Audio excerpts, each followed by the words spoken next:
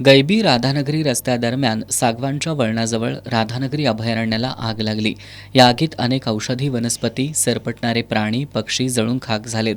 वनविभागाच्या कार्यालयाच्या हाकेच्या अंतरावर लागलेली आग तब्बल 2 तास धुमसूनही वनविभागाच्या अधिकारी आणि कर्मचाऱ्यांना समजलं नाही हे विशेष। वेळेत आग आटोक्यात आणण्याचा प्रयत्न न झाल्यानं मोठ्या प्रमाणात वनसंपदेचं नुकसान झालं असल्याचा आरोप होतोय। निसर्गाचा समतोल राखण्यासाठी, पर्यावरणाचं संवर्धन करण्यासाठी शासन दरवर्षी कोट्यावधी रुपयांचा निधी खर्च करत असताना अभयारण्याची देखभाल करणाऱ्या यंत्रणेकडून वनव्यांकडे दुर्लक्ष होणं अत्यंत दुर्दैवी ठरतंय।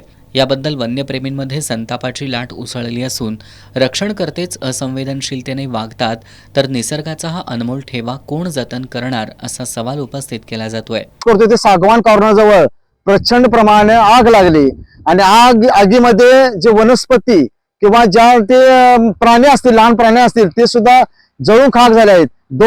दोन तास ही आग चालू होती, तिथे एकही कर्मचारी हजर नव्हता। अगदी थोड्या अंतरावरच हे वनजीवन खात्याचं, अभयारण्य खात्याचं ऑफिस आहे, गैबीवर आहे, राधानगरीमध्ये आहे, कोणीही कर्मचारी हजर नाही।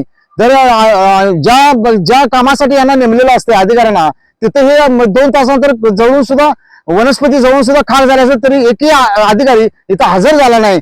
या प्रकरणाची चौकशी व्हावी आणि संबंधित अधिकाऱ्यांवर कठोर कारवाई शासनाने करावी। ज्या अभयारण्यामध्ये माणूस जरी शिरला किंवा जनावर गेले तरी कडक कारवाई करते, अशा वेळी आग लागल्यानंतर अभयारण्य अधिकारी काय करतात हे मला विचारायचं आहे। त्या संबंधितली खात्याने याच्यावर चौकशी करून त्यांच्यावर कारवाई करणं गरजेचं आहे। याआधीही अनेक वेळा अभयारण्यात आग लागल्याच्या घटना घडल्यात।